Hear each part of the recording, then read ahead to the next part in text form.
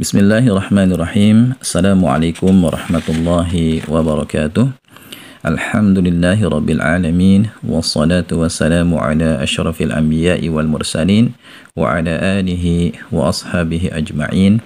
Amma ba'du, ikhwani wa akhwati fillah, rahimani wa rahimakumullah. Insyaallah ta'ala pada kesempatan kali ini kita akan lanjutkan kembali pelajaran bahasa Arab kita bersama buku Penjelasan Mudah Kitab Al-Ajurumiyah. Sekarang kita akan bahas latihan bagian 1 bab 1 tentang kalam ya, halaman 19. Perintahnya, sebutkan yang termasuk kalam dan yang bukan kalam pada lafaz-lafaz berikut beserta alasannya. Yang pertama di sini al-ghurfatu, kamar itu. Ya, ini belum bisa disebut kalam karena tidak terpenuhi syarat yang kedua. Ya, dia bukan murakkab, hanya tersusun dari satu kata. Dan juga dia nggak bisa dipahami kan ya, kamar itu apa gitu ya. Jadi bukan kalam ya, nggak terpenuhi syarat murakkab dan juga tidak mufid ya. Kemudian yang kedua, fil ghurfati, di dalam kamar itu. Ini juga belum disebut sebagai kalam ya, walaupun murakkab ya, tersusun dari 2 kata, tapi dia belum mufid ya, belum berisi informasi yang jelas ya. Kita bayangkan aja ya, ada orang datang kepada kita tiba-tiba ngomong fil ghurfati, di dalam kamar ya, kita nggak, maksudnya apa di dalam kamar, nggak ngerti kan, kecuali ya sebelumnya ada perbincangan ya. Misalnya kita tanya kepada dia, aina Ali, di mana si Ali, kemudian dia cuma mengatakan fil ghurfati, di dalam kamar. Nah, kita paham karena di situ ada yang tidak disebutkan, yaitu Aliun fil ghurfati. Itu seperti yang saya jelaskan sebelumnya, ada murakkab muqaddar, jadi ada kata-kata yang tidak disebutkan tapi bisa difahami ada kata itu.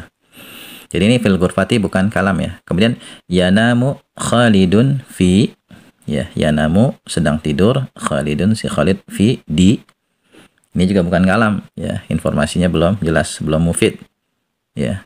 Kemudian yanamu Khalidun fil ghurfati, ya, si Khalid sedang tidur di dalam kamar. Nah, ini baru kalam, terpenuhi 4 persyaratan kalam yang sudah kita bahas. Kemudian al-ghurfatu kabiratun wa, ya, kamar itu besar dan, nah ini juga bukan kalam ya, belum mufid ya, belum bisa difahami maksudnya apa. Al-ghurfatu kabiratun wa nazifatun, kamar itu besar dan bersih ya, ini baru kalam ya, terpenuhi persyaratan kalam. Kemudian kana ar-rajulu, ya, dahulu laki-laki itu. Ini bukan kalam ya, belum mufid, belum jelas maksudnya apa ya. Dahulu laki-laki itu kenapa gitu kan, belum jelas. Kemudian kana ar-rajulu faqiran, dahulu laki-laki itu miskin. Nah, ini baru kalam, informasinya jelas ya, terpenuhi 4 persyaratan kalam. Innal mar'ata, sesungguhnya wanita itu. Nah, bukan kalam nih, belum mufid ya, belum jelas informasinya. Kemudian innal mar'ata jamilatun, sungguhnya wanita itu cantik. Nah, ini baru kalam ya, terpenuhi 4 persyaratan kalam. Kemudian zonantus syab, ya, aku kira pemuda itu ya, belum kalam ya, belum mufid ya, belum bisa disebut kalam, belum mufid ya. Aku kira pemuda itu apa, nggak jelas kan.